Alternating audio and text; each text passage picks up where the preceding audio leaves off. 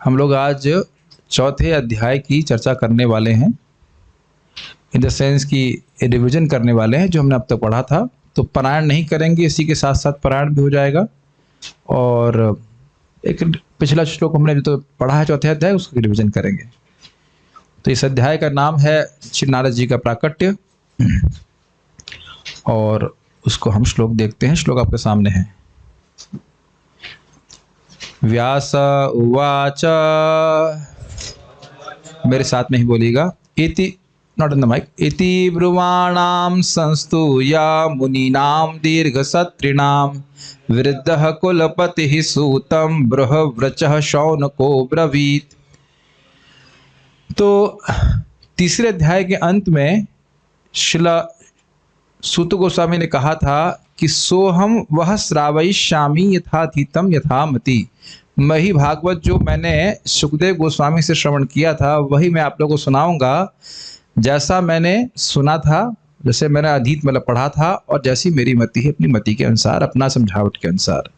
तो यह सुन करके इति ब्रह्माणाम, इस प्रकार से सूत गोस्वामी को बोलता हुआ देख करके, सूत गोस्वामी इस प्रकार से बोल रहे थे। संस्तूय मुनि नाम दीर्घ सत्यान, जो मुनि जो गण थे उनसे वो बोल रहे थे, जो दीर्घ सत्री थे, जो दीर्घ यज्ञ करने के लिए बैठे थे 1000 साल का, उनसे सूत गोस्वामी जी बोल रहे थे कि मैं आपको वही भागवत श्रवण कराऊंगा। आवाज स्पष्ट आ रही है उम्मीद है? ओके। तो उनमें से जो मुनि थे, जो दीर्घ सत्री थे, उनमें से जो वृद्ध थे, वृद्ध कुलपति, जो उनमें से वृद्ध थे और कुलपति थे, वे सूत गोस्वामी से बोले। और उनका एक और गुण बोल रहे हैं, वृहव्रचः, मतलब वह ऋग्वेद के महान विद्वान थे। उनका नाम था शौनक ऋषि, और शौनक ऋषि ने बड़े प्रसन्न होकर के सूत गोस्वामी की प्रशंसा करते हुए ये कहा। लिंक समझ रहे हैं? तीसरा अध्याय में शुरू हुआ कि सूत गोस्वामी जी ने कहा कि वही भागवत मैं आपको सुनाऊंगा, तो वह बड़े प्रसन्न हुए, क्योंकि वे मनगढ़ंत बात सुनने में कुछ रुचि नहीं रखते थे। ये सब बातें हम सुन चुके हैं, प्रामाणिक रूप से भागवत सुनने को मिलेगी, इसलिए वो बड़े प्रसन्न हुए, और इस कारण से वे सूत गोस्वामी जी की प्रशंसा करने लगे। आगे देखिए, शौनक उवाच सूत सूत महाभागा वदनो वदतां वरः कथां भागवती पुण्याम यदाह भगवान शुकः। शौनक ऋषि जी ने बोला, सूत सूत महाभागा, हे सूत गोस्वामी, हे सूत गोस्वामी, मतलब और उत्कंठा के कारण ऐसा बोल रहे हैं, बड़ा प्रेम से बोल रहे हैं। महाभागा, आप महाभाग्यवान हैं, क्योंकि आप श्रीमद् भागवतम का श्रवण किए हैं, अध्ययन किए हैं। वदन न मतलब हमसे, वद न मतलब हमसे बोलिए, वदताम वरः, बोलने वालों में आप सर्वश्रेष्ठ हो। क्या बोलूं? तो कह रहे हैं कथाम भागवती पुण्याम, भागवती कथा बोलिए जो पुण्य है। कौन सी कथा बोलूं? तो कह रहे यदाह भगवान शुका, जिसको भगवान शुका मतलब परम समर्थ सुखदेव गोस्वामी जी ने बोला था। ज्ञानवान ज्ञानी महान भक्त भगवान के उन्होंने बोला था, मतलब और कोई कथा नहीं, अपनी मनगढ़ंत कथा नहीं, अपितु जो सुखदेव गोस्वामी ने बोला था वही सुनने में उनकी रुचि थी। अभी आप कहेंगे कुछ व्याख्या क्यों नहीं हो रही? 1 महीने से व्याख्या ही हो रही, 1 महीना लग गया होगा, 20-25 दिन से तो व्याख्या हो रही। व्याख्या नहीं कर रहे, केवल हम आज रिवाइज करा रहे हैं अभी तक क्या हुआ। अब वह कुछ प्रश्न कर रहे हैं। कस्मिन् युगे प्रवृत्तेयं स्थाने वा केन हेतुना कुतः संचोदितः कृष्णः कृतवान् सहितां मुनिः। कस्मिन् युगे प्रवृत्तेयं, किस युग में इस भागवत शास्त्र की प्रवृत्ति हुई? मतलब प्रवर्तन का मतलब होता है शुरुआत हुआ, आरंभ किया गया, कही गई। स्थाने वा, किस स्थान में हुई? केन हेतुना, क्या कारण से हुई? ये 3 प्रश्न थे। कब, कहाँ और क्यों, किस कारण से। कुतः संचोदितः, संचोदितः का अर्थ है किसकी प्रेरणा, तो सम्यक चोदितः मतलब सम्यक रूप से प्रेरित, किसके द्वारा प्रेरित होकर के। कृष्ण, यहाँ कृष्ण का अर्थ है कृष्ण द्वैपायन व्यासदेव, इन्होंने किसके द्वारा प्रेरणा प्राप्त करके कृतवान संहिता मुनि, किस प्रकार से, किससे प्रेरित होकर के उनने इस संहिता की रचना करी। मुनि व्यासदेव जी ने किससे प्रेरित होकर के क्या किया? तो ये आप अभी 5वें अध्याय में शुरू हो ही जाएगा, समझ जाएंगे कि नारद जी के द्वारा प्रेरणा प्राप्त करके उन्होंने ये भागवत शास्त्र की रचना करी। ये श्लोक बहुत महत्वपूर्ण है, क्योंकि ये इस प्रश्न के आधार पर आगे बातें आएंगी, तो ये प्रश्न याद होना चाहिए कि सब बातें क्यों कही जा रही हैं। ये ट्यून अच्छी नहीं भागवत क्लास के लिए। कुछ अगर बांसुरी बजती तो अच्छा लगता। मैंने अभी तक अभ्यास नहीं किया, इसके अभी अभ्यास कर लेंगे हम म्यूजिकल भागवत कथा के अंदर थोड़ा सा, लेकिन शायद और लोग आएंगे, लेकिन अभी अभी तो सिंपल क्लास ही सुनिए, ठीक है। अब वह सुखदेव यहाँ पे वो उनके श्रीमद् भागवतम के वक्ता और श्रीमद् भागवतम की श्रोता की महानता का वर्णन कर रहे हैं। मतलब अभी पहले वक्ता की महिमा कर रहे हैं कि सुखदेव गोस्वामी के बारे में पूछ रहे हैं कि भाई उनसे कैसे वो लक्षित कैसे हुए, वो ये कैसे मालूम चला कि वे भागवत जानते हैं। तो मान लो प्रश्न करे कि ऐसा अब क्यों कह रहे हैं, तो ये जरा देखिए बोल रहे हैं। तस्य पुत्रो महायोगी समुद्रिक निर्विकल्पकः एकांत मतिर उन्नेत्रो गूढ़ो मूढ़ इवेयते। तस्य मतलब उसके, किसके? व्यासदेव। Very good. पिछले श्लोक में लिखा था ना मुनि, तो उनके बेटे हुए शिला सुखदेव गोस्वामी। तस्य पुत्रो महायोगी, उनके पुत्र शिला सुखदेव गोस्वामी तो महान योगी थे। और क्या गुण थे? समदृक्, वो सबको एक ही दृष्टि से देखते थे, कोई भेदभाव नहीं देखते थे। निर्विकल्प कहा, इसकी आपने सुन याद है व्याख्या? विकल्प मतलब ये भी देखना, ये विकल्प भी है, ये ऑप्शन भी है और वो ऑप्शन है। वो कोई ऑप्शन नहीं देखते थे, सब जगह भगवान को ही देखते थे। एकांत मति, उनकी मति भगवान में ही रहती थी। और उन्निद्रः मतलब अविद्या रूपी निद्रा से वो पूरी तरह से जागृत थे, अपने स्वरूप में स्थित थे। लेकिन गूढ़ो, गूढ़ मतलब एकदम रहस्यमय, चुप, किसी से कुछ बोलते ही नहीं थे। और मूढ़ मतलब मूर्ख। इवेयते, क्या मूर्ख थे? मूर्ख इव, मूर्ख जैसे वह घूम रहे थे प्रतीत हो रहे थे। तो कुछ समझ नहीं पा रहा था व्यक्ति की आत्म साक्षात्कारी पुरुष है। इस प्रकार से ये श्रील सुखदेव गोस्वामी के गुणों का वर्णन हुआ। अब उनकी निर्विकल्पता को, कि जगत में कोई वो भेद देखते ही नहीं थे, एक अद्भुत श्लोक से बोल रहे हैं, जो कि प्रसिद्ध बात है श्रील सुखदेव गोस्वामी के लिए। दृष्ट्वानुयान्तम ऋषिमात्मजमाप्यनग्नं देव्यो ह्रिया परिदधुर्न सुतस्य चित्रं तद्वीक्ष्य पृच्छति मुनौ जगतुस्तवास्ति स्त्रीपुंविधानतु सुतस्य विविक्त दृष्टेः। तो ये शौनक ऋषि जी सूत गोस्वामी जी के सुखदेव गोस्वामी के बारे में जानते हैं। दृष्ट्वानुयान्तम ऋषि, अनुयान्तम ऋषि यानी कि श्रीला ऋषि व्यासदेव जी पीछे पीछे जा रहे थे, किसके? अपने बेटे के। दृष्टवा यह देख करके, आत्मजम मतलब अपने बेटे, अपने बेटे सुखदेव गोस्वामी के पीछे पीछे व्यासदेव जी भाग रहे थे। अपि अनग्नम, वह नग्न नहीं थे, अर्थात सुखदेव गोस्वामी नग्न थे। देव्या ह्रिया परिदधु, जो स्त्रियां, जो भी सरोवर था जहां पे वह स्नान कर रही थी, ह्रिया मतलब लज्जा के कारण, परिदधु अर्थात अपने वस्त्र से अपने को ढक लिया। न सुतस्य चित्रम, लेकिन बेटे को देख करके नहीं किया। यानी कि सुखदेव गोस्वामी जो नग्न थे और सब जगह देख रहे थे, उनको देख करके उन्हें वस्त्र धारण नहीं की। लेकिन ऋषि व्यासदेव ऋषि उधर नहीं देख रहे थे और वृद्ध थे और वह ऋषि भी हैं और वह कपड़े भी पहने हुए हैं, फिर भी उन्होंने वस्त्र धारण कर लिए। तद्वीक्ष्य पृच्छति, जब इस प्रकार से तद्वीक्ष्य पृच्छति मुनौ, तो उन्हें कहा, इसको देख करके जब मुनि व्यासदेव जी ने उनसे पूछा इस प्रकार से, जगदुस का अर्थ क्या बता रहे हैं देखिए इसमें। जगदुस तवा अस्ति, तव अस्ति आप में,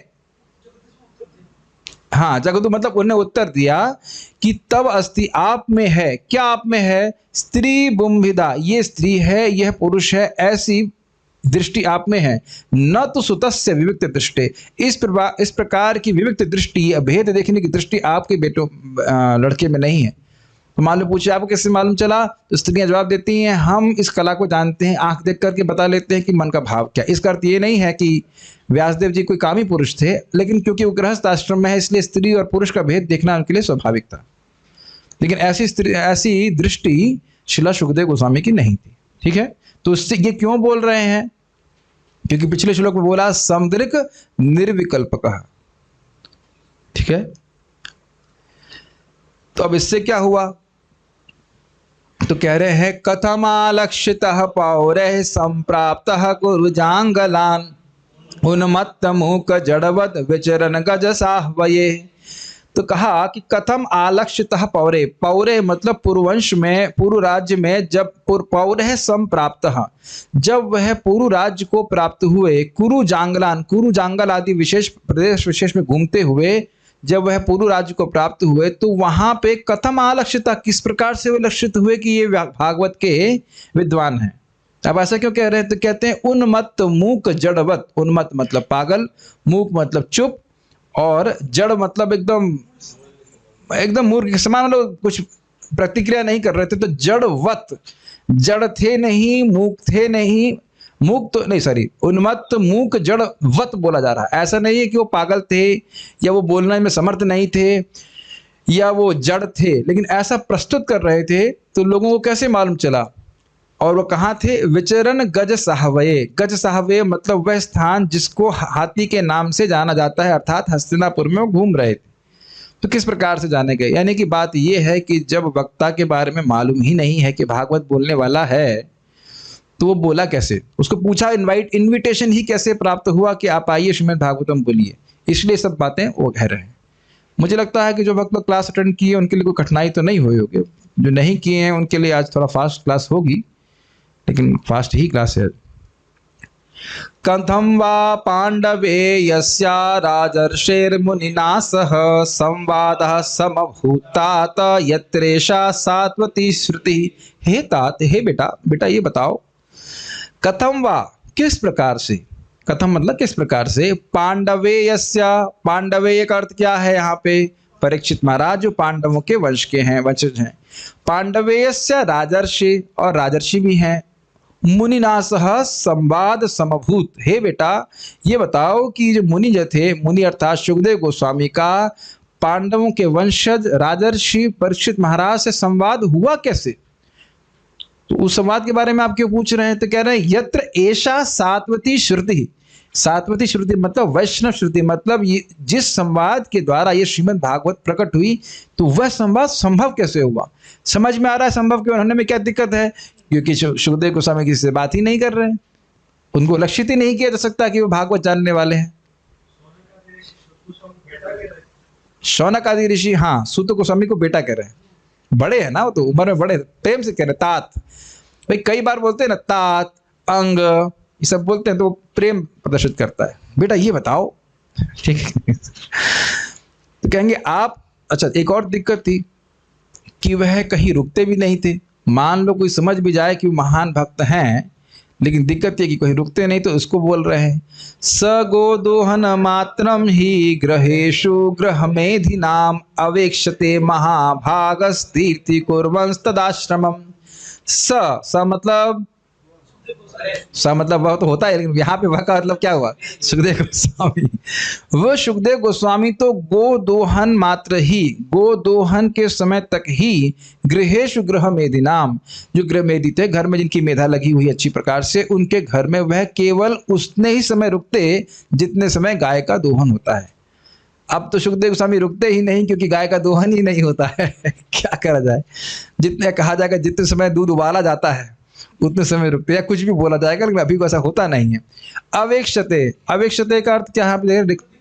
प्रतीक्षा, हाँ, प्रतीक्षा करते थे। महाभाग, ये सुखदेव गोस्वामी महाभाग्यशाली थे। क्यों रुकते थे वहां पे? कहते हैं तीर्थी कुर्वंस तदाश्रम, ताकि उसके आश्रम को, उस ग्रहमेधी व्यक्ति के आश्रम को तीर्थ कर दें, पवित्र कर दें, इस प्रकार से। तो यानी कि इससे सूचित हो रहा है कि 18,000 श्लोक बोलने के लिए कैसे रुक गए वो?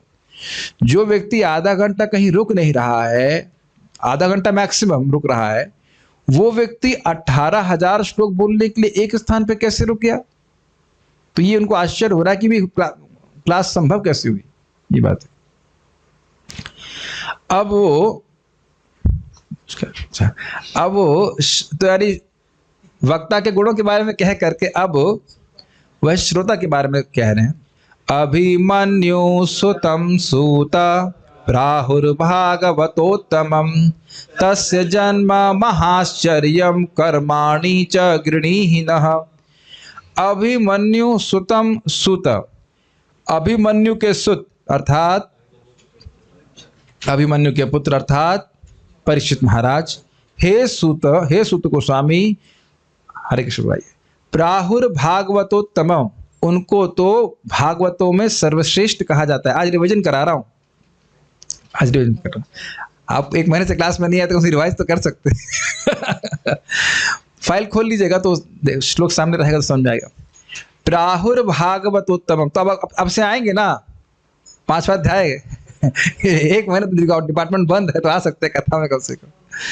अभिमन्यु सुतम सुता प्राहुर भागवतोत्तमम, समझ रहे हैं इसको? अभिमन्यु के सूत परीक्षित महाराज, हे सूत गोस्वामी, उनको भागवतों में सर्वश्रेष्ठ कहा जाता था।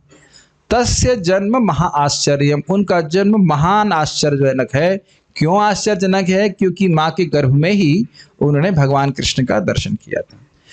और कर्माणि च गृणीनिहीना, उनके कर्म भी बड़े आश्चर्यजनक हैं, क्योंकि उन्होंने कलयुग की पिटाई करी थी।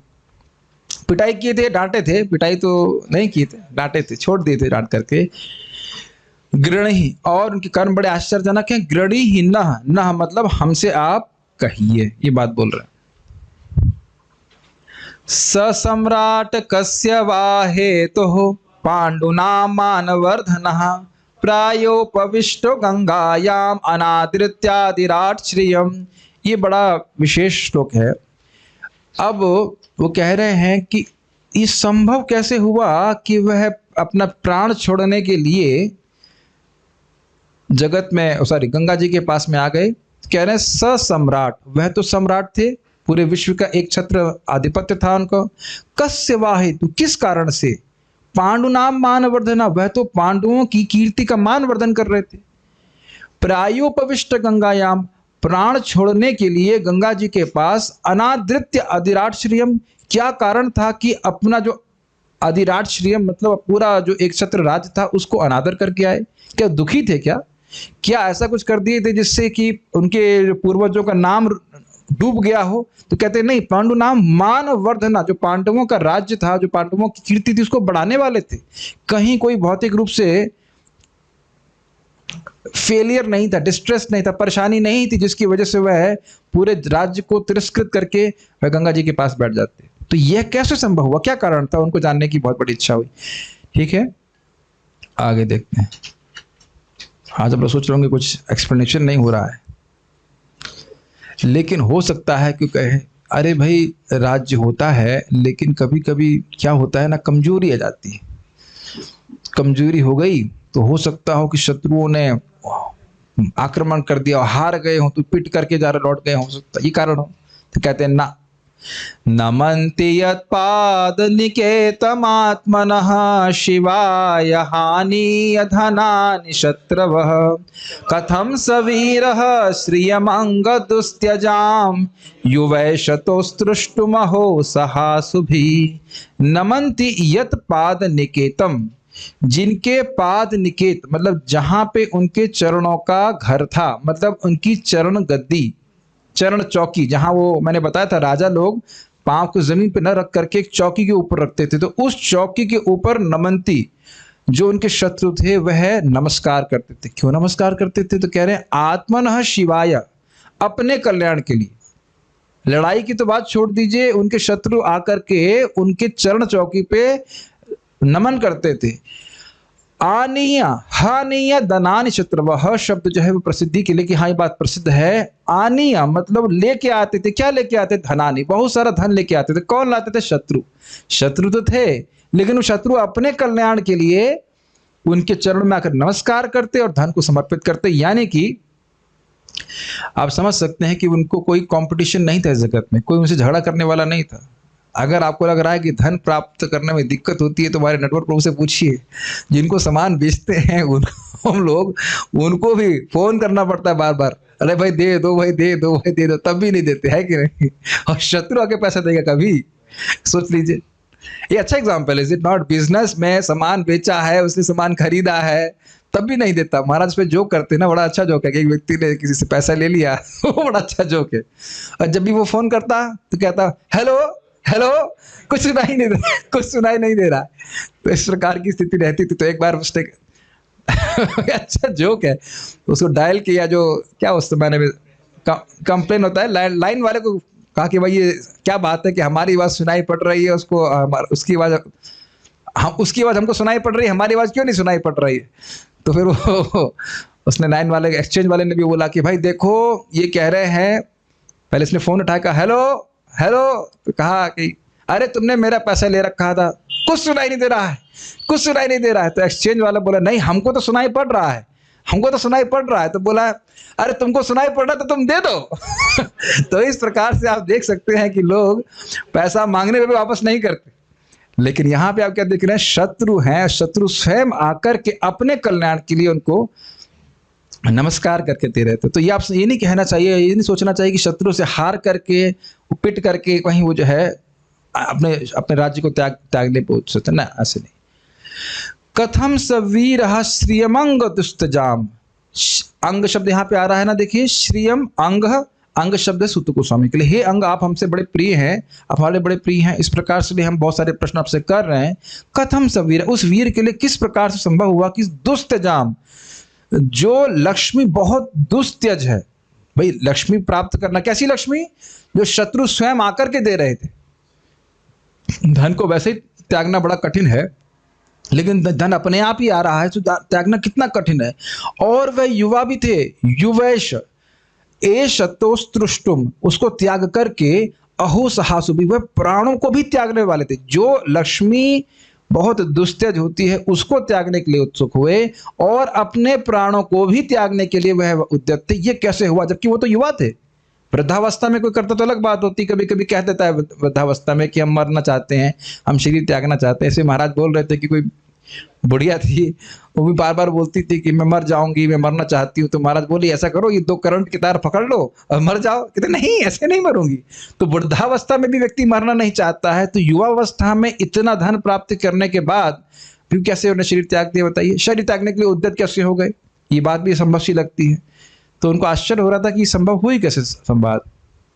तो मान लीजिए सूत गोस्वामी जी कहें कि अभी आपने श्लोक क्रमांक 9 में कहा भागवत उत्तम, क्या आप बोल रहे हो परीक्षित महाराज जी सर्वश्रेष्ठ भागवत थे, तो भागवत के लिए अपने शरीर को त्यागना या धन को त्यागने में क्या कठिनाई है, अब ऐसा प्रश्न क्यों कर रहे हैं।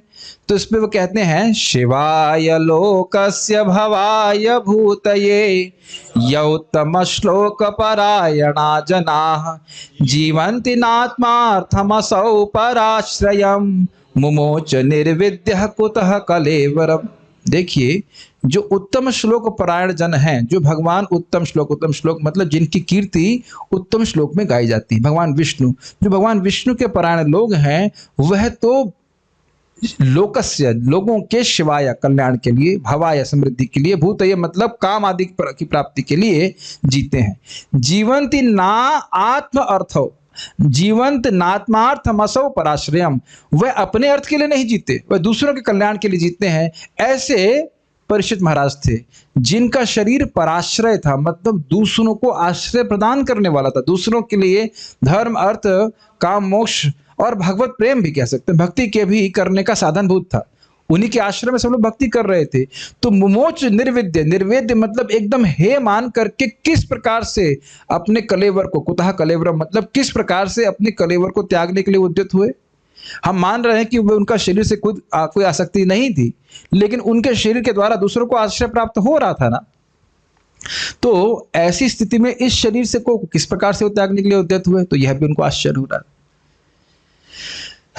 तत्सर्वं नः समाचक्ष्व पृष्टो यदिह किंचन मन्ये त्वां विषये वाचां स्नातमन्यत्र छान्दसात्।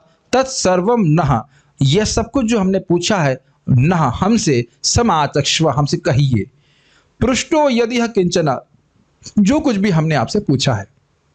अरे भाई आप, और उसके बाद मान लीजिए सूत को समय के भाई मैं नहीं जानता, मुझे नहीं पता, आपने सब बातें करी, मैं तो नहीं जानता। तो कहेंगे ना मन्ये त्वाम विषय वाचाम, ये जिन विषयों में आप मन्ये त्वाम, हम ये मानते हैं कि आप विषय वाचाम स्नातम, इन सब विषयों को बोलने में स्नातकोत्तर हैं, आपने पीएचडी करके आए हैं, डिग्री आपकी पता है हमको, पीएचडी नहीं PhD is not a good word, permanent head damage, post graduation करके आए हैं आप पुराणों में। आपके पिताजी का नाम क्या था? रोमहर्षण। और इनको बलराम जी के द्वारा आशीर्वाद प्राप्त था सूत गोस्वामी जी को। सारा ज्ञान पुराण इत्यादि का इनके हृदय में प्रकाशित रहेगा। ये आगे आप दशम स्कंद सुनेंगे। अन्यत्र छांदसात, भले ही आप वेदों के सस्वर उच्चारण करने में निपुण न हो, लेकिन इतिहास पुराण के बारे में आप परफेक्ट जानते हैं, इसलिए आप हमारे प्रश्न का उत्तर दे सकते हैं। ठीक है। सूत उवाच। अब सूत गोस्वामी जी इस प्रश्न का उत्तर देने वाले हैं, जो है श्लोक क्रमांक 3। कस्मिन् युगे प्रवर्तेयं स्थाने वा केन हेतुना। ठीक है। अब देखिए क्या बोल रहे हैं सूत गोस्वामी जी। द्वापरे समानुप्राप्ते तृतीये युग पर्यये जातः पराशराद योगी वासव्याम कलया हरे। तो किस युग में प्रवृत्ति हुई? तो कह रहे हैं कि द्वापर जब आ गया, द्वापर समुनुप्राप्ते तृतीय युग पर्यये, जब तीसरे युग का युग पर्य हो गया, मतलब जब त्रेता युग पूरी तरह लोप हो गया और द्वापर का संध्यांश, यानी कि आपने याद होगा 2 संध्या होती हैं, एक शुरुआत वाली संध्या, बाद वाली संध्या, और बीच वाले भाग को हम लोग युग रूप कहते हैं। संध्या रूप शुरुआत है, अभी हम लोग का कलयुग का संध्या रूप चल रहा है ना, शुरुआत वाली संध्या चल रही है। उसके बाद युग रूप यानी कलयुग, कोई भी युग पूरी तरह से आएगा, फिर संध्यांश यानी कि वो युग की समाप्ति की होने वाली है, दूसरा युग शुरू होने वाला है। तो द्वापर युग के संध्यांश में द्वापर युग समाप्त होने वाला था और कलयुग आने वाला था, ऐसे मान सकते हैं। तो उस संध्यांश में द्वापर युग के एंड वाले भाग में जातः पराशराद योगी, पराशर नाम के ऋषि के बेटे के रूप में आए योगी, मतलब व्यासदेव। वासव्याम कलया हरे, वासव्याम मतलब वसु, उपचरी वसु की लड़की सत्यवती और पराशर के बेटे के रूप में आए, और वो श्री हरि के कला थे। कौन, क्या नाम है उनका? श्रील व्यासदेव जी। तो कौन से युग में प्रवृत्ति हुई? तो आप समझ पा रहे होंगे, द्वापर युग के संध्यांश में भागवत की प्रवृत्ति हुई। स कदाचित् सरस्वत्या उपस्पृश्य जलम शुचिः विविक्त एक आसीना उदिते रविमंडले। एक दिन वह सरस्वती की नदी के तट के ऊपर उपस्पृश्य जलम शुचिः, उनने जो सरस्वती का जल लिया, उसे आचमन किया पवित्र जल से। विविक्त एक आसीना, अलग बैठे, अकेले बैठे हुए थे और वहां पे अपने स्थान में बैठे हुए थे। उदिते रविमंडले, उस समय सूर्य उदित हो रहा था, ये बात बोल रहा है। परावरज्ञः स ऋषिः कालेना व्यक्तरंहसा युग धर्म व्यतिकरम प्राप्तम भुवि युगे युगे। पर अवरज्ञ यानी कि भूतकाल और भविष्यकाल, परावरज्ञ उसको जानने वाले स ऋषि, वो ऋषि थे। ऋषि जी का नाम बता सकते हैं? व्यासदेव जी। गुड। उन्होंने क्या देखा? काले न अव्यक्त रहसा, रहसा मतलब प्रभाव, और अव्यक्त मतलब दिखता नहीं है वो। तो काल के अव्यक्त प्रभाव से युग धर्म व्यतिकरम, युग के धर्म की ग्लानि हो रही थी। प्राप्तम भुवि युगे युगे, ये हर युग में होता है। लोग धर्म करने के अधिकारी हैं लेकिन धर्म करते नहीं हैं। तो ये धीरे धीरे करके वो देख रहे हैं, काल के प्रभाव से लोगों की मति धर्म में धीरे धीरे कम हो रही थी, यह देख पाए। तो आप कहेंगे कि ये कैसे देख पाए? तो कह रहे हैं परावरज्ञ, वह पर अवर्ज्ञ मतलब भूतकाल में क्या हो रहा है वो देख सकते हैं, और भविष्य काल में क्या हो रहा है वो देखने में समर्थ थे। वह एकांत में बैठे हुए देख रहे थे। ये हुआ इस प्रकार से। क्या देखा? भौतिका नाम च भावानाम शक्ति ह्रासम च तत्कृतम अश्रद्धान निस्सत्वान दुर्मेधान हृषितायुषः। उन्होंने देखा कि भौतिका नाम का अर्थ है भौतिक तत्वों का, जैसे कि जो पृथ्वी जल वायु अग्नि आकाश वस्तुएं बनी है, उनकी शक्ति में भी कमी आ रही है। भावा नाम का अर्थ क्या बता रहे हैं प्रभुपाद? हाँ, कर्म करने की शक्ति में भी कमी आ रही है। ठीक है। तो भौतिका नाम च भावा नाम शक्ति ह्रासम, यानी कि वस्तुओं की शक्ति में ह्रास हो रहा है और लोगों की कर्म करने की शक्ति में भी ह्रास हो रहा है। किसके द्वारा? तत्कृतम। तत्कृतम मतलब तत्कर्त है यहाँ पे काल, काल के द्वारा सब किया जा रहा था कि लोग शक्ति का ह्रास हो रहा है। आपको मैंने वो कथा बताई थी, मुचकुंद महाराज जब भगवान को देख करके अपनी गुफा से बाहर आते देखते, अरे ये लोग तो बड़े छोटे हो गए, जबकि द्वापर युग की बात थी। तो सत्युग के लोग कितने बड़े होते होंगे हम कल्पना नहीं कर सकते। और ये भी आपने सुना, आप अगर जानते होंगे कि माता रेवती जब ब्रह्मलोक से वापस आती हैं तो बलराम जी छोटे होते हैं, पत्नी बहुत ऊंची एकदम लंबी। तो बलराम जी फिर अपने हल से कंधे पे रखते ना हल, ऐसे करके नीचे कर देते साइज। ये अच्छा होता है ना। आजकल ये भी बड़ी दिक्कत है, पत्नी का साइज मतलब वुड भी पत्नी का साइज हाइट नीची है, ऊंचा है, जैसे हल पकड़ कर ऊंचा नीचा कर देता अच्छा रहता है, एडजस्ट कर देते कभी कभी, इसीलिए शादी नहीं हो पाती। तो खैर हम बात बोल रहे थे कि ये अंतर हो जाता है, तो वह काल के द्वारा देख रहे थे। और क्या देखा, कह रहे अश्रद्धानान, उन लोगों की शास्त्र में श्रद्धा नहीं हो रही। ये तो एकदम प्रकट दिख रहा है कि लोगों की शास्त्र में श्रद्धा अब नहीं रहती। निसत्वान, सत्वगुण का अभाव हो जाता है, एकदम डिस्टर्ब, रजोगुण तमोगुण ही रहते हैं। दुर्मेधान, बुद्धि बिल्कुल कम होती है। हृषतायुष, आयु भी बहुत कम होती जा रही थी। ये सब देखा उन्होंने। दुर्भगांश्च जनान वीक्ष मुनिर्दिव्येन चक्षुषा सर्ववर्णाश्रमाणानां यद दद्यो हितममोघदृक्। दुर्भगांश्च जनान वीक्ष, लोगों को दुर्भागा यानी दुर्भागा देखकर, मुनिर्दिव्येन चक्षुषा, मुनि अर्थात व्यासदेव जी ने दिव्येन चक्षुषा, अपने दिव्य चक्षुओं से, सर्व वर्णाश्रमाणानाम यत्, जिससे सभी वर्ण और आश्रमों का हित होगा वह देखा। दध्यो का अर्थ क्या लिखे हैं प्रभुपा जी? विचार किया कि किस प्रकार से सभी वर्ण और आश्रमों का हित होगा। ये कैसे देख पाए? तो कह रहे अमोघ दृक्, उनकी दृष्टि से कुछ बचा नहीं है, अमोघ इनफॉलिबल दृष्टि है उनकी, उस प्रकार से वो देख पाए। यहां क्या हम अपना अपना भी हित देख पाते हैं? जरा विचार कर लेना चाहिए। तो व्यासदेव जी के लिए विशेष गुण यहां बता रहे हैं। तो क्या किया उन्हें? तो कह रहे हैं चातुर्होत्रम कर्म शुद्धम प्रजानाम वीक्ष वैदिकम व्यदधाद यज्ञ संत्यत्यै वेदमेकम चतुर्विधम। चातुर्होत्रम, चार प्रकार के होत्र, चार प्रकार के यज्ञों के द्वारा कर्म शुद्धम प्रजानाम, प्रजा के कर्म शुद्ध होते हैं। वीक्ष, यह देखा। और ये कैसे कर्म है? वैदिक कर्म है। वैदिक यज्ञ जो होते हैं वो चार प्रकार के होते हैं, मुझे अभी भी याद नहीं है, क्योंकि एक तो याद हो रहा है अग्निहोत्र होता है, और बहुत सारे होते होंगे, 3 और होते होंगे, उनका नाम जानते नहीं, कभी किया नहीं हमने। हम लोग कौन से यज्ञ करते हैं? हरे कृष्णा कृष्णा कृष्णा हरे हरे, हरे राम राम राम हरे हरे। क्योंकि हमारे पास वो विशेष गुण है जिनका वर्णन अभी हो चुका है। समझ गए ना? गुण याद भूल गए ना? ये भी हमारा एक गुण है। तो जब कौन से गुण है हमारे? भौतिका नाम, जब भाव नाम, शक्ति, बहुत सारे गुण पे हम देख लिए कलयुग के। तो इस कारण से हम लोग को इतनी बुद्धि है कि हम समझ गए कि बाकी हमारे यज्ञ चलने वाले नहीं है, लेकिन वो सोच रहे थे कि हाँ इस प्रकार से यज्ञ करेंगे तो लोगों के कर्म शुद्ध होंगे।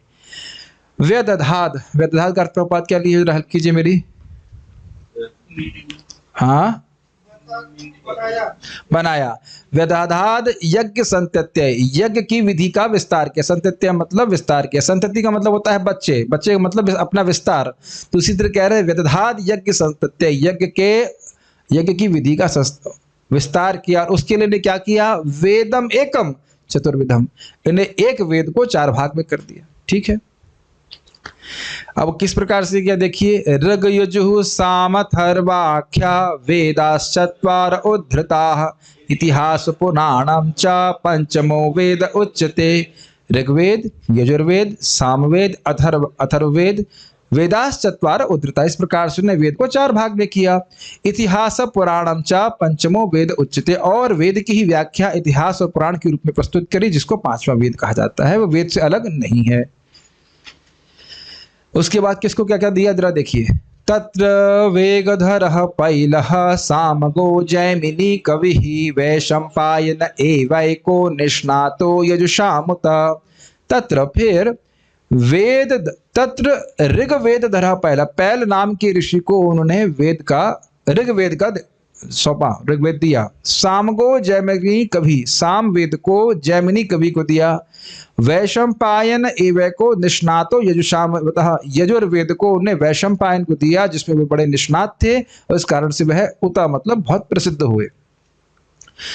अथर्वांगीरसामात्सी सुमंतुर्दारुणो मुनिः इतिहास पुराणानां पितामेरो महर्षणः। अथर्व वेद को उन्होंने अथर्व आंगीरसामासीत, अंगीरस ऋषि को उन्होंने अथर्ववेद दिया। सुमंतुर, उनका नाम सुमंतु मुनि भी था। दारुण मतलब बड़े आसक्त थे कर्म मार्ग में, इसलिए उन्होंने उनको अथर्ववेद दिया। इतिहासा पुराणा नाम पिता में रोमहर्षण, और मेरे पिता रोमहर्षण को इतिहास और पुराण दी। वैसे देखिए ऐसे सुनते रहेंगे तो संस्कृत ऐसे पिकअप कर लेंगे, बिल्कुल कोई कठिन नहीं है, बिल्कुल हिंदी जैसे लगेगी, है कि नहीं। फिर क्या हुआ तो कह रहे हैं त एतर्षयो वेदम स्वम संव्यसने कधा शिष्य है प्रशिष्य तशिष्यर वेदास्ते शाखिनो भवंत। एतर्षयो वेदम, इन ऋषियों ने इस एक वेद को स्वम संव्यसन अनेकदार, अपने अपने हिसाब से और उसको और विस्तार किया। शिष्य प्रशिष्य तशिष्य, अपने शिष्यों को दिया, उनके शिष्यों ने अपने शिष्यों को दिया, और उनके शिष्यों ने अपने शिष्य को दिया। इस प्रकार से वेदास्ते शाखिनो भवन, वेदों की अनेक अनेक शाखाएं हो गई। स्पष्ट है। त एव वेदा दुर्मेधैर धारयन्तेर पुरुषैर यथा एवं चकार भगवान व्यास कृपणवत्सलः। इस प्रकार से, जरा पहली लाइन का बताइए, में थोड़ा सा दिक्कत हो रहा है। त एव वेदा दुर्मेधैर धारयन्ते पुरुषैर यथा, इस प्रकार से जैसे, हाँ, जिस प्रकार से अज्ञानी जन, दुर्मेधर मतलब अज्ञानी जन भी वेद को धारण कर सके, उस प्रकार से व्यवस्था करी। एवं चकार भगवान, ऐसा भगवान व्यासदेव ने किया। क्यों किया तो कह रहे हैं कृपण वत्सला, क्योंकि कृपणों के प्रति वह बहुत दयालु हैं, ताकि वह वेद के प्रयोजन को समझ सके। फिर कोई कहे कि भाई स्त्रियों का, शूद्रों का और जो द्विजबंधु हैं उनका तो वेद पे अधिकार नहीं, उनका क्या, तो फिर कह रहे हैं स्त्री शूद्र द्विज बंधु नाम त्रयीना श्रुति गोचरा कर्म श्रेयसी मूढ़ानाम श्रेय एवं भवेदिह इति भारतम आख्यानम कृपया मुनिना कृतम। स्त्रियों का, शूद्रों का, द्विजबंधुओं का, द्विजबंधु मतलब फ्रेंड्स ऑफ ब्राह्मणस, ठीक है, ठीक है, मतलब परिवार है, ब्राह्मण परिवार से हैं या क्षत्रिय परिवार से हैं या वैश्य परिवार से हैं, लेकिन उनका कोई गुण नहीं है इसमें। त्रयी ना श्रुति गोचरा, ये इनका वेद पे बढ़ने का अधिकार नहीं है। कर्म श्रेयसी मूढ़ा नाम, जो मूर्ख लोग हैं वह कर्म के द्वारा श्रेय की प्राप्ति करना चाहते हैं। श्रेय एवं भवेदिह, तो किस प्रकार से उनका श्रेय जगत में होगा। इति भारतम आख्यानम, इसको समझाने के लिए उन्हें महाभारत का आख्यान किया। क्यों किया तो कह रहे हैं कृपया मुनिना कृतम, क्योंकि कृपालु थे तो अपनी कृपा के द्वारा उन श्रील व्यास मुनि ने ऐसा किया। तो महाभारत पढ़कर के व्यक्ति का कल्याण हुआ। आपको याद है उसमें प्रभुपाद जी कहते हैं महाभारत का सार है भगवद गीता। तो महाभारत पढ़ते पढ़ते व्यक्ति भगवद गीता को भी पढ़ेगा और भगवान के बारे में जान करके प्रगति करेगा। ये सब सोच करके व्यासदेव जी ने कहा। एवं प्रवृत्तस्य सदा भूतानां श्रेयसी द्विजाः सर्वात्मकेनापि यदा न तुष्यद हृदयं ततः। एवं प्रवृत्तस्य सदा, इस प्रकार से सदा ही प्रवृत्त होते हुए, भूतानाम श्रेयसी द्विजा, हे द्विजा, हे ब्राह्मणों, इस प्रकार से व्यासदेव जी सभी जीवों के, भूतानाम मतलब जीवों के, सभी जीवों के परम श्रेय की प्राप्ति के में लगे थे, प्रवृत्त थे, परोपकार करने में लगे हुए थे। सर्वात्मकेनापि यदा, पूरी तरह संपूर्ण रूप से उनका श्रेय हो और उसमें पूर्ण रूप से लगे हुए थे। ना तुष्यत हृदयम ततः, फिर भी उनको हृदय में संतुष्टि प्राप्त नहीं हुई, अर्थात वो समझ रहे थे कि इसके द्वारा जीवों का कल्याण नहीं होने वाला, या कह सकते हैं परम कल्याण नहीं होने वाला, पूर्णता नहीं प्राप्त होगी। नाति प्रसीद हृदय सरस्वत्यास्तटे शुचौ वितर्कयन विविक्तस्थः इदं चोवाच धर्मवित्। न अति प्रसीद हृदय, उनका हृदय बहुत प्रसन्न नहीं था। अति तो समझ रहे, अति प्रसीद, अति प्रसन्न नहीं था। सरस्वत्यास्तटे शुचौ, सरस्वती के पवित्र नदी पे वो बैठे हुए थे। वितर्कयन विविक्तस्था, वितर्कयन मतलब विमर्शन, वह सोचने लगे कि क्या दिक्कत होगी, मेरा हृदय क्यों शुद्ध नहीं हुआ, लेकिन किसी के साथ नहीं थे। विविक्तस्थ, अकेले बैठे हुए सोच रहे थे। इदम, ये कहा, इदम मतलब ये, च उवाच धर्मवित्, वह धर्म को जानने वाले थे और कहा, तो किससे कहा, खुद से कहा। पागल हैं पागल नहीं हो सकता, देखा पागल लोग अपने से बोलते रहते हैं, हाँ समझ, ऐसा नहीं, अपने पे वितर्क कर रहे हैं, मन में वो सोच रहे हैं, विचार कर रहे हैं कि क्या कारण है मैं संतुष्ट नहीं हुआ। ठीक है। धृतव्रते न हि मया छंदांसी गुरुवोग्नयः मानिता निर्व्यलीके न गृहीतम चानुशासनम। तो पहली बात अपने पे देख रहे हैं, कहीं ऐसा तो नहीं है कि मेरे में कुछ कमी रह गई हो, तो अपने में देख रहे हैं कि ना हमारे में तो कोई कमी नहीं है। धृतव्रते न ही, निश्चय ही मैंने व्रतों का पालन किया है, मया मेरे द्वारा व्रतों का पालन किया गया है। छंदांसी अर्थात वेद, वेद को मैंने पढ़ा है। गुरुओं की पूजा की है, उनकी बात मानी है। अग्नेहा मतलब अग्नि को संतुष्ट किया है होम यज्ञ इत्यादि के द्वारा। मानिता निर्वलिकेना, निर्वलिक मतलब बिना छप कपट के, निष्कपट भाव से मैंने इनको माना है, इनकी सेवा करी। किनको? वेद को, अग्नि को और गुरुओं को। ग्रहीतम चानुशासनम, और इनके अनुशासन को भी ग्रहण किया है। तो मुझ में कमी रह गई हो तो कोई संभव नहीं है, पूरी तरह से किया है मैंने।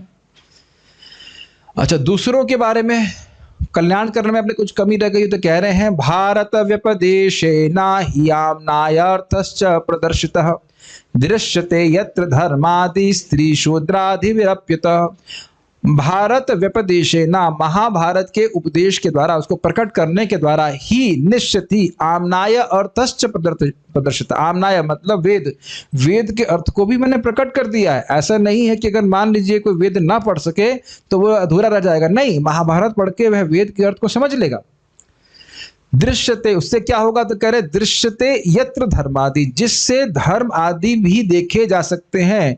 स्त्री शूद्रादि भी रप्युतः, स्त्रियों के द्वारा भी, शूद्रों के द्वारा भी और द्विज बंधुओं के द्वारा भी। कोई गर्हित स्थिति में भी है तो भी वह धर्म के लक्ष्य को समझ सकता है, धर्म के तत्व को समझ सकता है। तो हमने परोपकार में भी कोई कमी नहीं करी। तथापि बत में देह्यो हि आत्मा चैवात्मना विभुः असंपन्नैवा भाति ब्रह्मवर्चस्य सत्तमः। तथापि मतलब फिर भी, बत में देह्यो, मैं देहाभिमानी आत्मा या मनोभिमानी आत्मा कह लीजिए, इसका अर्थ है देह में अभिमान करने वाला। ही आत्मा चैवात्मना विभु, लेकिन मैं बहुत सर्वसमर्थ हूँ, बहुत शक्तिशाली हूँ, लेकिन असंपन्न एवा भाति, असंपन्न, अकृतार्थ मतलब संतुष्ट नहीं लग रहा हूं। असंपन्न एवं का अर्थ यह है कि वह अपने आप में, वह भगवान के अवतार हैं, वह आत्माराम है, लेकिन लग रहा है इनको कि मैं असंपन्न हूं, तृप्त नहीं हुआ। असंपन्न एवं भाति ब्रह्मवर्चस्सतमा, जो ब्रह्म का होता है अर्थ यहाँ पे वेद, तो वेद पढ़ने पढ़ाने वालों में सबसे अच्छा हूँ। लोग चाहते हैं कि हम इस प्रकार से बने जैसे व्यासदेव जी, इस प्रकार का मैं हूँ, कमनीयतम हूँ इस अर्थ में, लेकिन फिर भी मैं अपने को असंपन्न मान रहा हूँ। देखिए, व्यक्ति कोई अगर सर्वश्रेष्ठ अवस्था में है तो वह संपन्न होना चाहिए ना, संतुष्ट होना चाहिए। लोग सोच रहे हैं कि ये परफेक्ट व्यक्ति, जो ये परफेक्ट व्यक्ति है अर्थात वह पूर्ण होना जाना चाहिए। तो कह रहे पूर्ण स्थिति में होते हुए भी मैं अपने आप को असंतुष्ट, अपूर्ण मान रहा हूं, इसलिए एवं शब्द यहाँ पे आया। क्लास तेज लग रही है क्या? बहुत, 3 ही श्लोक हैं, आज हम फास्ट खत्म कर देंगे। तो अब वह अपने अपूर्णता के कारण को स्वयं ही समझ पा रहे हैं। मैं अभ्यास कर रहा हूं कि अगर कभी 7 दिन भागवत करनी हो तो ऐसा कर सकते हैं। 2-3 श्लोक छोड़ देंगे बीच में, उसके बाद थोड़ा सा लाला का जन्मदिन बता देंगे और रुक्मणी का विवाह कर देंगे, हो जाएगी कथा। तो इसके लिए मैं अभ्यास कर रहा हूँ ठीक है, फिर कुछ पैसे भी तो कमाने हैं आगे भी तो कुछ सोचना है ठीक है। किं वा भागवता धर्मान किं वा भागवता धर्मान न प्रायेण निरूपिताः प्रियाः परमहंसानां त एव हि अच्युत प्रियाः। किं वा, क्या ऐसा तो नहीं है कि भागवत धर्म न प्रायेण निरूपिता, क्या मैंने भागवत धर्म भक्ति को प्रायः निरूपित नहीं किया, मतलब बहुत कम किया, जितनी मात्रा में किया जाना चाहिए उतना नहीं किया, इस वजह से मैं संतुष्ट हूं? तो आप ऐसा क्यों कह रहे हो? तो कह रहे हैं प्रियाः परमहंसानाम, जो परमहंस है, जो भगवान के भक्त हैं, उनको ये भागवत धर्म प्रिय है, एक अर्थ। दूसरा, इस भागवत धर्म की को अनुशीलन करने से वे भगवान को प्रिय हैं। और अब जब भक्त ही संतुष्ट नहीं हुए तो भगवान कैसे संतुष्ट होंगे? इसलिए कह रहे हैं प्रियाः परमहंसानाम, ये भागवत धर्म परमहंसों को, वैष्णवों को प्रिय लगता है। तएव हि अच्युत प्रिय, निश्चित ही मतलब निश्चित ही वे अच्युत को प्रिय हैं। कौन अच्युत को प्रिय हैं? परमहंस। तो सीक्वेंस क्या है? भागवत धर्म भक्तों को प्रिय है, वो मैंने ठीक से निरूपण करा नहीं है, तो जब किया नहीं है तो उस शास्त्र से भक्त लोग संतुष्ट नहीं होंगे। जब भगवान जो, और ये भक्त जो हैं वो भगवान को प्रिय हैं, तो जब भक्त संतुष्ट नहीं होंगे तो भगवान संतुष्ट नहीं होंगे, और जब भगवान संतुष्ट नहीं होंगे तो मैं कैसे संतुष्ट हो जाऊंगा? तो क्या यही कारण है? यही कारण है और कोई कारण नहीं है, वो समझ रहे हैं इस बात। ओके, आप लोग की प्रसन्नता के लिए आखिरी के 2-3 श्लोक ही है। तस्येवं खिलमात्मानं मन्यमानस्य खिद्यतः कृष्णस्य नारदोऽभ्यागात् आश्रम प्राग उदाहृतम्। तस्येवं खिलम, खिलम मतलब अपने को इस प्रकार से कम मान रहे हैं, खिलम मतलब तो अपूर्ण मान रहे हैं। आत्मानम मन आत्मानम, तस्येवं खिलम आत्मानम, आत्मानम अपने आप को इस प्रकार से अपूर्ण मान रहे थे। कौन मान रहा था, भूल गया मैं। हाँ ठीक है, याद दिलाया आपने। व्यासदेव जी ने अपने आप को अपूर्ण मान रहे थे। कहाँ मान रहे थे, क्या बोल रहे थे, रिकॉर्डिंग कर रहे थे, कह रहे थे ना मन मानस से खिद, अपने मन में ही इसी प्रकार से अनुभव कर रहे थे। खिद, खिद समझते ही हैं आप लोग, खेद कर रहे थे, अच्छा नहीं लग रहा है क्या है। कृष्णस्य नारदो अभ्यागात्, कृष्णस्य अर्थात यहाँ पे कृष्ण द्वैपायन व्यासदेव के आश्रम में, जिस आश्रमम प्राग उदाहृतम, जिस आश्रम के बारे में पहले कहा गया, सरस्वती की नदी के तट पे जो उनका आश्रम था, उसमें नारदो अभ्यागात्, उसमें नारद जी आ गए। नारद जी को कौन इन्फॉर्मेशन दिया, कोई व्हाट्सएप भेजा? तो आगे आप देखने वाले हैं कि नारद जी सूर्य के समान है, सब जानते हैं किसके घर में क्या चल रहा है, क्या बात चल रही, तो अपने आप ही आ गए। तम अभिज्ञाय सहसा प्रत्युत्थायागतं मुनिः पूजयामास विधिवन् नारदं सुरपूजितम्। तम अभिज्ञाय सहसा, तम अभिज्ञाय देखा कि अभिज्ञा मतलब समझ गए कि नारद जी आए हैं। सहसा, वो सहसा मतलब अचानक। प्रत्युत्थाया, वह खड़े हो गए। कौन खड़ा हो गया? व्यासदेव। आगतम मुनि, ने देखा कि नारद जी आ गए हैं तो वह खड़े हो गए। क्या किया उसके बाद? पूजयामासा, उनकी पूजा करी। विधिवत, विधिवत अर्थात ब्रह्मा जी की तरह, मानो ब्रह्मा जी साक्षात हम उनके घर पे आ गए, इस प्रकार से पूजा करी। नारदम सुर पूजितम, तो कहे अरे नारद जी भी तो भगवान के अवतार हैं, व्यासदेव जी भगवान के अवतार हैं, तो एक अवतार दूसरे अवतार की पूजा क्यों करेगा? तो कह रहे सूर्य पूजितम, अरे यह तो देवताओं की तरह भी पूजित है और प्लस उनके गुरु तो हैं ही, इस कारण से उनकी पूजा करी। अरे खत्म हो गया, ठीक है। हरे कृष्णा कृष्णा कृष्णा हरे हरे, हरे राम राम राम हरे हरे। ऐसा नहीं है कि जो अभी छोड़ूंगा तो ना इतनी जल्दी तो अभी पूजा करी, तो पूजा करने के बाद ऐसा नहीं है कि बस वहीं पे बात खत्म हो गई। नारद जी फिर कुछ पूछेंगे उनसे कि क्या बात है, आप खुश तो हैं ना, जान रहे हैं कि वे मन में अप्रसन्न है, तो वो सब बातें आप भगवान ने चाहा तो कल श्रवण करेंगे। नारद जी अब आ चुके हैं, व्यासदेव जी के पास बैठे हुए हैं, उनकी पूजा हो चुकी है। अब वो बात जो व्यासदेव जी सोच रहे थे उसी को वह पुष्ट करेंगे कि आपने भक्ति को स्थापित नहीं किया पूर्ण रूप से, इस कारण से आप संतुष्ट हैं। और बहुत सुंदर अध्याय, वन ऑफ द फेवरेट मतलब chapters of mine, chapter number 5 of first canto, Narad ji के उपदेश है उसमें। वो हमने भगवान, अगर भगवान ने चाहा तो हम कल श्रवण करेंगे। मुझे लगता है कि आज कोई प्रश्न होगा, कोई प्रश्न नहीं। Okay, so we shall stop here. पारायण तो हो गया, तो कीर्तन तो क्या है, कीर्तन तो करिए, जब करिए, कोई दिक्कत नहीं। जल्दी सो जाइए, आज सुबह उठ जाते हैं। So we shall stop here. Shrimad Bhagavatam की जय। ताई गौर प्रेमानंदे।